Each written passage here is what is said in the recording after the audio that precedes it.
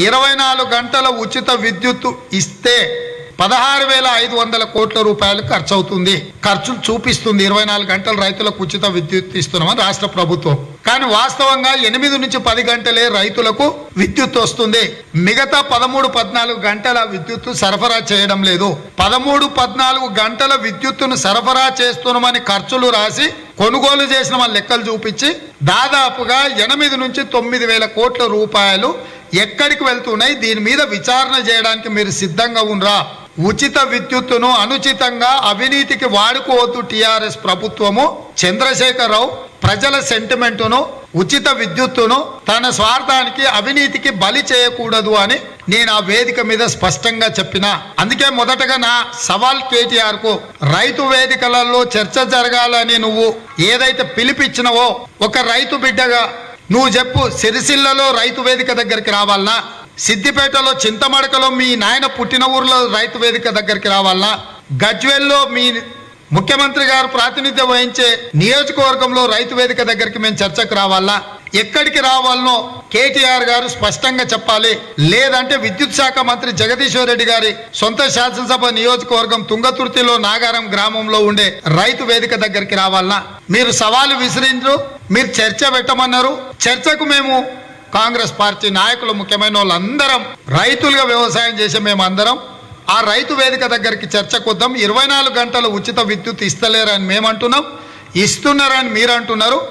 మేము ఆధారాలు తీసుకొని వస్తాం, మీరు రాండి చర్చిద్దాం అనేది నా మొదటి సవాలు, మొదటి అంశం. పేలిపోతున్న ట్రాన్స్ఫార్మర్ల నుంచి ఈ ప్రాంత రైతులను కాపాడుతాను, నేను దేవదూతను, దేవుడు నన్ను దైవాంశ సంభూతుడిగా తయారు చేసి ఈ భూలోకం మీదకి పంపించండు. ఈ రైతులు కష్టాలలో ఉన్నారు, కన్నీళ్ళల్లో ఉన్నారు.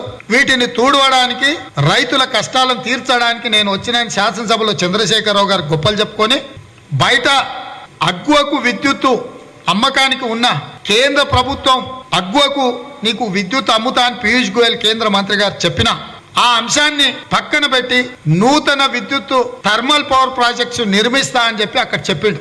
ఆ రోజు చర్చలో కూడా జానారెడ్డి గారు, నువ్వు ఒకవేళ 3 ఏళ్లలో ఈ ప్రాజెక్టులు నిర్మిస్తే నీకు పాలాభిషేకం చేపిస్తా అని చెప్పిండు.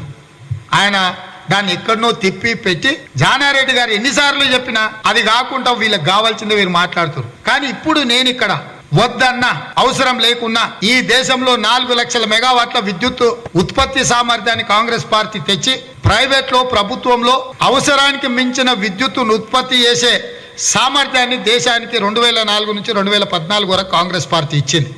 ఇవాళ ఎవరు విద్యుత్తు ఎంత కావాలన్నా పక్క దేశాలకు కూడా సరఫరా చేసే పరిస్థితిలో భారతదేశం ఉంది. తెలంగాణ రాష్ట్రంలో 24 గంటలు ఇచ్చే సామర్థ్యం కాదు. పక్క రాష్ట్రంలో 2014 నుంచి 2019 వరకు అక్కడ 24 గంటల విద్యుత్ ఉండడమే కాదు, అక్కడ అదనంగా విద్యుత్ ఉందని తెలంగాణ రాష్ట్రానికి అమ్మిండ్రు. మరి పక్క రాష్ట్రంలో చంద్రశేఖరరావు లేడు కదా, అవసరానికి మించిన విద్యుత్ ఉత్పత్తి ఉందని 1000 మెగావాట్లు నువ్వే ఛత్తీస్గఢ్లో పోయి కొనుక్కొచ్చినావు కదా. ఛత్తీస్గఢ్లో 1000 మెగావాట్లకు అదనపు విద్యుత్ కొనుగోలు చేయడానికి తెలంగాణ రాష్ట్ర ప్రభుత్వము అవినీతికి పాల్పడి కోట్ల రూపాయలు కొల్లగొట్టి ఛత్తీస్గఢ్లో ఒప్పందం చేసుకున్నావు కదా. అంటే ఆ రాష్ట్ర ప్రభుత్వం తమ అవసరానికి మించిన విద్యుత్ ఉత్పత్తి చేసే సామర్థ్యం ఉంది కాబట్టి, అక్కడ కాంగ్రెస్ పార్టీ అధికారంలో ఉంది కాబట్టి 1000 మెగావాట్లు తెలంగాణకు అమ్మడానికి ఒప్పందాలు చేసుకుంది. అంటే చంద్రశేఖరరావు కంటే తెలివి కల్లోడు, చంద్రశేఖరరావు కంటే సామర్థ్యం ఉన్నోడు ఛత్తీస్గఢ్ ముఖ్యమంత్రి ప్రభుత్వం ఉందని దీని ద్వారా నిర్ధారణ అయింది కదా. ఆ ఒప్పందంలో కూడా నువ్వు అవినీతికి పాల్పడ్డావు. దాని భాగవతం మళ్ళీ చెప్తా.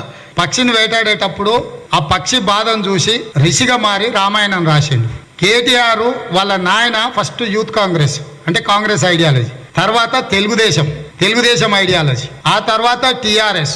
ఆ టీఆర్ఎస్ ను నిండా ముంచి ఇప్పుడు బీఆర్ఎస్ అన్నాడు.